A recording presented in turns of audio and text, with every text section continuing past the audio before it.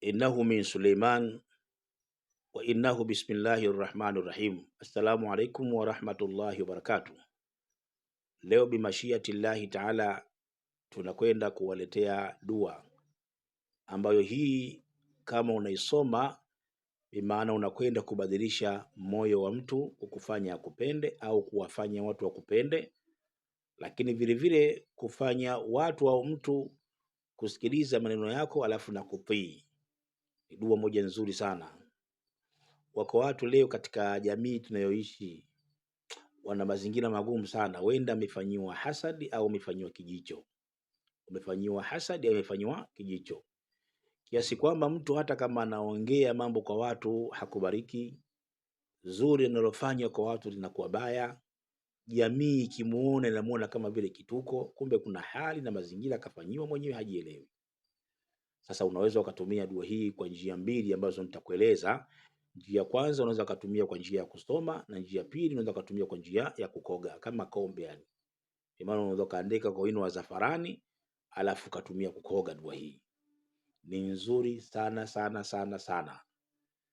Ninachokwambia ni nzuri kwa sababu binafsi yangu kuna baadhi ya watu niliwahi kuwafanyia dua hii, na kuna baadhi ya watu niliwahi kuwaandikia nikawapa dua hii, na matokeo yake majibu yake yakaja mazuri tu kwa dua hii.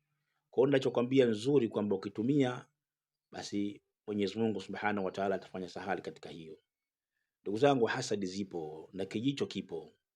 Al-ainu haqqun, kijicho kipo kweli ndugu yangu, na hasadi ipo kweli, ipo kabisa. Kwa hiyo lazima mtu kujichunga na kujiangalia sana vile anavyoishi, namna gani anakwenda. Kwa mfano, kuna mtu leo anaweza yupo katika kampuni fulani hivi anafanya kazi, anajituma, anafanya kila linalowezekana katika ile kampuni, lakini kuanzia wakubwa wa kazi, wafanyakazi wenziwe wala hawathamini na wala hawaoni mchango wake. Aizidi haipungui kila yale mabaya, basi mara nyingi wanatupiwa yeye, mpaka anajiuliza kwa nini. Kumbe na mazingira kama hayo mwenyewe anakuwa hajielewi. Kwa hiyo ndugu yangu, leo nakuletea hii dua, ichukue na nenda kaifanyie kazi, nenda kaitumie, utakwenda kubadilisha mazingira hayo na hali hiyo. Kadhalika vile vile kuna wengine wanaishi katika maisha haya ya ndoa, bimaana mke katika nyumba, mume hathamini kabisa kama na mke ndani, hathamini kabisa kama labda huyu mwenzangu kadha kadha kadha. Thamani hiyo haipo. Mke anafanya kila iliwezekanalo, lakini thamani haipo. Basi mke vile vile anaweza akatumia dua hii ili kubadilisha moyo wa mume wake, kurejea na kuzidisha mahaba katika ndoa yake. Kadhalika vile vile mwanamume anaweza akafanya kwa ajili ya mke wake, sababu wako wanawake vile vile mwanamume anafanya kila liwezekanalo, lakini mwanamke haoni thamani wala haoni nini mumewe kafanya. Basi mwanamume naye anaweza akatumia dua hii kubadilisha hali ya mke wake, kubadilisha mapenzi ya mke wake, na kumfanya kutii na kusikiliza yale ambayo kwamba yeye anamwambia katika ndoa. Hiyo unaweza kutumia kwa njia hiyo. Lakini vile vile inawezekana wewe ukawa ni mfanya biashara sehemu sokoni ama sehemu fulani hivi, lakini wallahi jambo ukizungumza wewe kwa mteja hakuelewi kabisa, lakini mwenzio akizungumza na mteja shekhe, yani akizungumza naye tayari kanunua. Muda mwingine sisi wengine tunakuwa na hali mbaya, muda mwingine tunakuwa na hasadi sisi katika mili yetu wenyewe hatujielewi, tunakuwa na vijicho, wengine tunakuwa hatujielewi, ama mwingine anakuwa na siri anakuwa hajielewi. Kwa hiyo tumeleta leo dua hii, unaweza ukachukua ukaenda kutumia kwa njia mbili. Njia ya kwanza unaweza kutumia kwa njia ya kusoma, na kusoma nitakwambia siku gani nzuri kuanza kusoma, na kuoga vile vile nitakwambia nyakati gani nzuri ambazo kwamba unaweza ukaoga kutumia dua hii. Kwa hiyo twende nikaisome kwanza, nitaisoma mara 2, alafu nitakujazia na baadhi ya vitu viongeze katika hii dua. Kuna vitu vidogo sana uvichanganye katika hii dua. Wallahi lazima utakwenda kuona mazingira yako na hali yako ikoje. Jamii haikufurahii. Sasa hivi unapita sehemu watu wanakuwa na wewe sio kabisa shekhe, upendwi kabisa. Yaani mahaba na wewe watu hawana kabisa. Wakisikia fulani anakuja kila mtu anagunda kabisa, hawapendi kukusikia. Sasa ukiona una hali kama hiyo, mazingira kama hayo, basi chukua hii dua, nenda kaisome na nenda kaifanye kazi. Utakwenda kubadilisha hali ya watu. Leo imefikia hatua kuna baadhi ya watu wana ahadi nyingi sana. Yaani wana ahadi nyingi sana. Laiti kama ahadi zao zingetimia, saizi wana hali mazingira mengine kabisa. Lakini wallahi kila mnayempa ahadi, ile ahadi huwa haitimii. Yaani mtu anapokupa ahadi, ile ahadi inakuwa haitimii. Yani kuna watu leo ahadi zile zilizokuwa nazo kama anazihesabu zinafika hata milioni 3, lakini hakuna hata ahadi moja imetimia.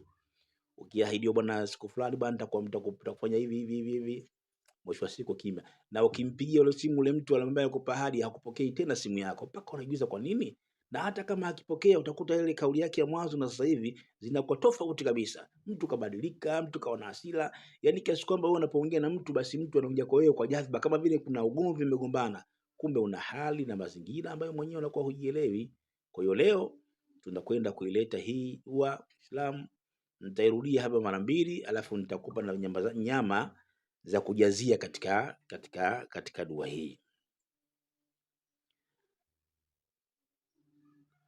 Twende tukaisome sasa mara moja, alafu nitairudia mara 2, na nitaisoma taratibu ili kwa wale ambao wanataka kuandika basi waweze kuiandika, kwa sababu ni ndefu sana. Nikisema niandike hapo chini hapo, shughuli yake kubwa.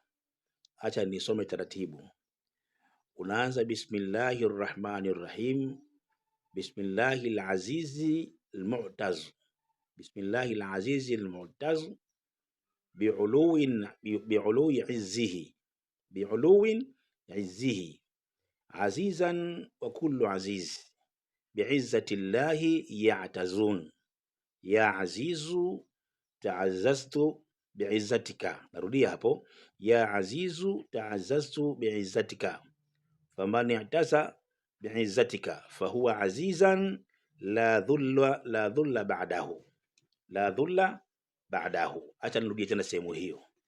Inasema bismillahir rahmanir rahim, bismillahil azizi almu'taz, bismillahil azizi almu'taz, bi'uluwin izzihi, azizan wa kullu aziz, bi'izzati llahi ya'tazun, ya aziz ta'azzaztu bi'izzatika, faman itaza bi'izzatika fahuwa azizun la dhulla ba'dahu.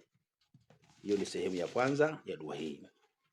Alafu baada hapo unaendelea unasema wamin a'taz biduna izzatika, biduni izzatika fahuwa dhalilun, inna allaha qawiyyun aziz, wa innahu la kitabun aziz, wa yansuraka allahu nasran aziza, laqad ja'akum rasulun min anfusikum azizun yuhibbuhum wa yuhibbunahu, allahumma a'izzani fi uyuni khalqika, allahumma a'izzani fi uyuni khalqika wa akrimni bainahum, wa laqad karramna ban adama wa innahu alquranil karim fi kitabin maknun la yamassuhu illa almutahharun tanzilu min rabbil alamin. Narudia tena mwanzo, alafu niende mpaka mwisho. Na kabla sijarudia tena mpaka mwanzo, niombe wale ambao wapenda kheri, jamani, bado tunaendelea na michango yetu, harambee yetu kwa ajili ya kupatikana kamera. Mpaka leo katika harambee yetu tuna 303,086 mpaka leo tunapozungumza hapa tarehe 11 ya mwezi huu wa 6 2026, tuna 303,086. Tunahitaji 1,108,000 kwa ajili ya kupatikana kamera. Kamera hii kwa ajili ya kuendeshea shughuli zetu, darasa zetu, kwa sababu sasa tuna rekodi kwa kutumia vifaa ambavyo havina uimara huo. Ndio maana utakuta hata tukirekodi hutuba za Ijumaa, quality yake na kwa sio nzuri sana kutokana na vifaa ambavyo tunavyorekodia. Kwa hiyo niwaombe inshallah kila mpenda kheri tuweze kulifanya hili bimashiatillahi taala. Una uwezo kuchangia 10,000 una uwezo wa 20, laki, 200,000, na wakipatikana watu wa laki wale inakuwa rahisi na zoezi inakuwa rahisi kukamilika. Sasa hivi bado kama 1,1 na 400,000 kama na 20 hivi kukamilika, kitu kama hicho. Kwa hiyo niwaombe wapenda kheri, na watu hawa kila anayetoa wanaandika majina yake katika dayari yetu, kwa sababu mwisho wa siku tuna dua maalum tutakwenda kuwafanyia watu hawa. Kuna dua yao maalumu tutakwenda kuifanya, na Allah kama atajalia kheri, basi angalau kupata kijikondoo kwa ajili yao, tutakwenda kuchinja kwa ajili ya dua hii bimashiatillahi taala, kwa wao kuliwezesha jambo hili tupate kamera pamoja na vifaa vingine vidogo vidogo. Kwa unahitaji 1,400,000 ndio ambayo imesalia hivi sasa Uislamu. Na yote ambayo yuko tayari, basi namba yetu ya simu ni hiyo, unaona katika dashboard hapo 0788 90 51 51. Hiyo ni Airtel, na Tigo ni 0773 11 0001 0773 11 0001. Wale walio nje ya nchi inshallah, basi namba hiyo hata WhatsApp vile vile inapatikana namba hizo. Jina la kuja Ali Athmani. Twende tena katika kudua hii. Turudie tena mwanzo. Unasema bismillahir rahmanir rahim. Bismillahil azizi al-mu'taz bi'ului izzihi azizan wa kullu aziz bi'izzati llahi ya'tazun ya azizu ta'azzaztu bi'izzatika faman i'taza bi'izzatika fahuwa azizun la dhulla ba'dahu wa min a'tazu biduni izzatika fahuwa dhalilun inna allaha qawiyyun aziz wa innahu lakitabun aziz wa yansurka Allahu nasran aziza laqad ja'akum rasulun min anfusikum azizun yuhibbunahum.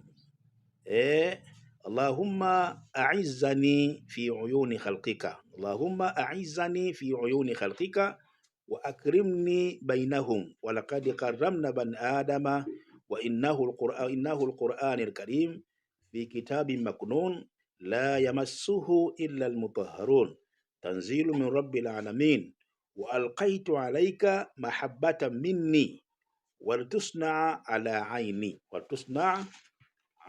aini Allahumma alif baina wa baina al-khalaiq, alif baini wa baina al-khalaiq kulluhum ajma'in kama alafta baina adama wa hawa wa kama alafta baina Ibrahim alayhi salam wa Sara wa Hajar wa kama alafta baina Musa wa turi Saina wa kama alafta baina Yusufu wa Zulaikha. Allahumma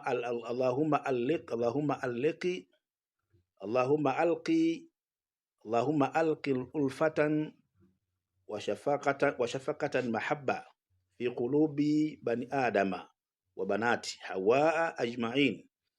Ukifika hapa sasa, wa khaswatan, hapa sasa unakaba kuna mtu unamkusudia hapa sasa, unamtaja kwa jina. Wa khaswatan fulani bin fulani, kama ni mwanamke fulani binti fulani, hapa ndio unataja kwa jina. Ukifika sehemu hii hapa hii, narudia tena sehemu hiyo. Allahumma alafa baini wa baina al-khalaiq kulluhum ajma'in kama alafta baina Adama wa Hawa wa kama alafta baina Ibrahim alayhi salam wa Sara wa Hajara wa kama alafta baina Musa wa Turi wa Sinai wa kama alafta baina Yusufa wa Zulaikha. Allahumma alqi ulfatan wa shafaqatan mahabba fi qulubi bani adama wa banati hawa ajma'in. Wa khaswatan, hapa wa khaswatan ndio unakwenda kulitaja jina la yule ambaye unaikusudia akupende.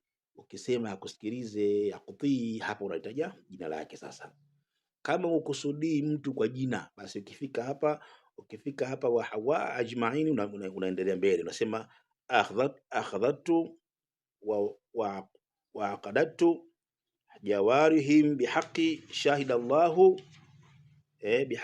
Allahu wa qul huwa Allahu wa hasbi Allahu ala inna hizbullahi humul muflihun wa sallallahu ala sayyidina Muhammadin wa ala alihi wa ashabihi wa sallam. Hapo ndo unakwenda unaimaliza dua yako hiyo. Unapomaliza kuisoma dua hiyo sasa, soma qul huwa Allahu ahadu mara 11. Qul huwa Allahu ahadu Allahu samadu lam yalid wa lam yulad wa lam yakul lahu kufuwan ahad. Unaisoma mara 11. Ukimaliza kuisoma mara 11, unakwenda kumswalia Bwana Mtume Muhammad sallallahu alaihi wasallama mara 11.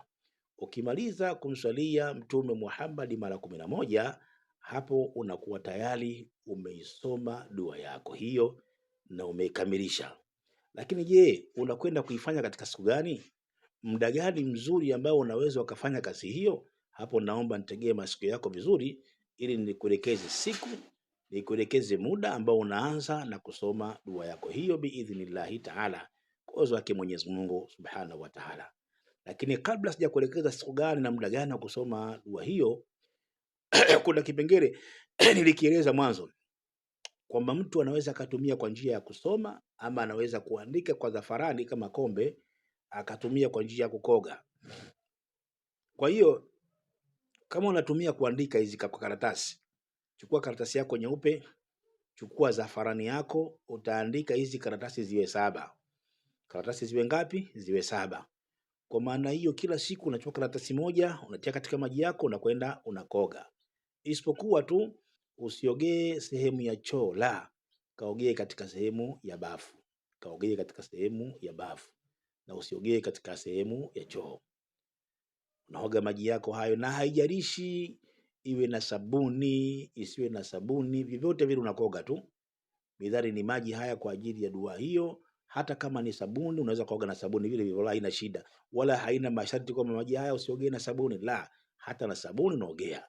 Cha msingi andika vizuri kwa wino wako wa zafarani, alafu utakwenda kuogea dua hiyo kwa ajili ya kusafisha, kuondosha hasadi, kuondosha ikdi, kuondosha kijicho, kuondosha sihiri, na kuwafanya watu wakufurahie, kuwafanya watu wakupende, kuwafanya watu mioyo yao iwe kwako. Yani kila utakachozungumza basi biidhnillahi taala watu wakifurahie na watu wakipende bimashiatillahi taala. Sasa je, muda gani mzuri ambao mtu anaweza akafanya kazi hizi? Hapa ninakuomba vile vile nitegee masikio yako vizuri, ili nikuelekeze muda gani mzuri ambao mtu anaweza akafanya shughuli hii bimashiatillahi taala. Kwa yule ambaye anayeandika, kwa yule ambaye anaandika kwa ajili ya kuoga, basi awe anakoga nyakati za asubuhi, yani kabla kutoka jua la asubuhi pale utaanza kuoga. Lakini siku nzuri ya kuanza kazi hii ianze katika siku ya Jumapili ya subhi, yaumul ahad, ile Jumapili ya subhi, anza kuoga dua yako hiyo. Anza siku ya Jumapili asubuhi kuoga mpaka upate zile siku 7, kwa mtu ambaye anayekoga. Ila kwa mtu ambaye anakwenda kuisoma, siku nzuri ya kuanza kusoma basi anza katika siku ya Jumatatu. Anza siku ya Jumatatu, itakuwa ni vizuri sana mtu kama ataanza katika siku hiyo ya Jumatatu kwa ajili ya kukoga. Inshallah, kama una maswali unaweza kuacha comment yako hapo chini, na kama maswali yako ya siri, basi namba unaziona katika dashboard hizo, unaweza ukatupigia kwa ajili ya maelekezo zaidi bimashiatillahi taala. Lakini tusiache vile vile kuchangia masuala ya kamera, ili tupate kuendesha darasa zetu katika hali na mazingira yaliyokuwa mazuri sana. Wabillahi taufiki, wassalamu alaikum warahmatullahi wabarakatuh.